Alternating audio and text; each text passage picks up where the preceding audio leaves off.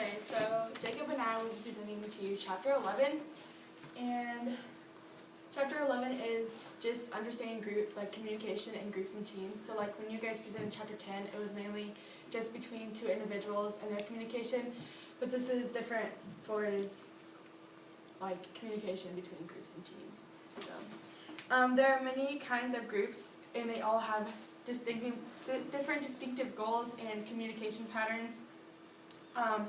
There are social groups, which are more relaxed, and they're informal and focus on the interpersonal climate than a task.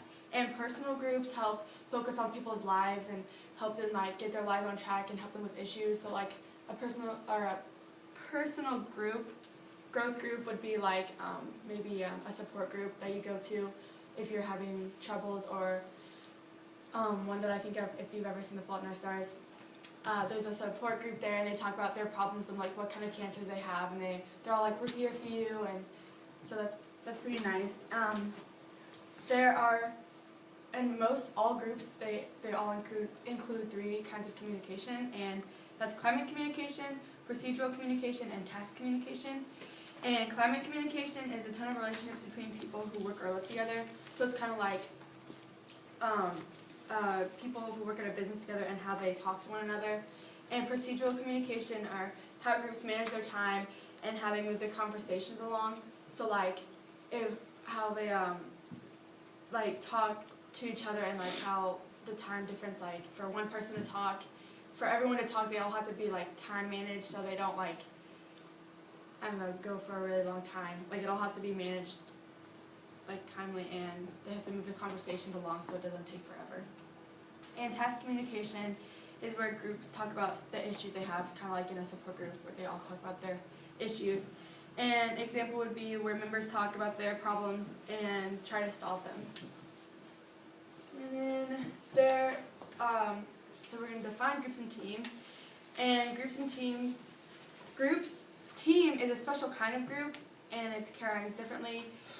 They have in a group, everyone has like the same idea, they're all working together, but like in a team, everyone brings in their own ideas and like brings in their own communication patterns. And in a team, you have to be more supportive of other people's diversity than a group. And a group is where people interact, are interdependent, which means they rely on another to achieve a goal and share common goals and rules. The groups and teams usually include around 6 or more people.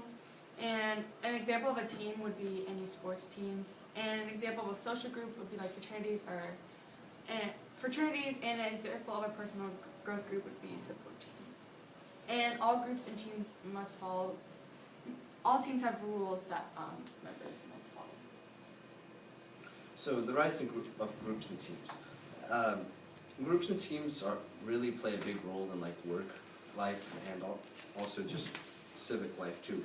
Some examples of this would be like medical teams or factory workers.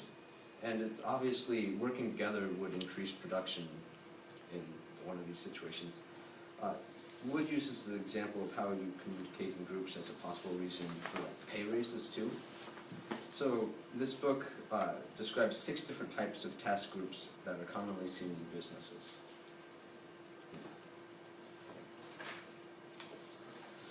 The first that was described was project teams. Project teams are groups of individuals that each specialize in different parts of the task that they have. They're usually seen in like businesses. One example of this would be pharmaceutical companies. How they would combine teams of scientists, doctors, marketing specialists, product designers, advertisers, and customer relations workers to develop a plan for testing and developing and selling a new product. The next one would be focus groups, which kind of sounds a lot like public surveys, but they're used to find out what people think about a specific idea, project, or person. They're commonly used by advertisers to help understand attitudes about responses or preferences of the people that they plan on advertising to. So it would be kind of like the maker of the advertisement would consult this group before showing it to everyone else, just get an idea of the reaction that we would have. And they're usually guided by a leader that does not give an opinion, but has like a bunch of pre-planned questions to prompt discussion. And the results of these opinions would be recorded and used to help make decisions regarding the issue that they are discussing. So some common questions might be like, how do they respond to this? How does this group feel about this specific candidate? Or how do retired people respond to this cruise advertisement? So brainstorming groups involve brainstorming. Brainstorming is the process of thinking of as many ideas as possible, just to try to come up with one decision that is suitable. So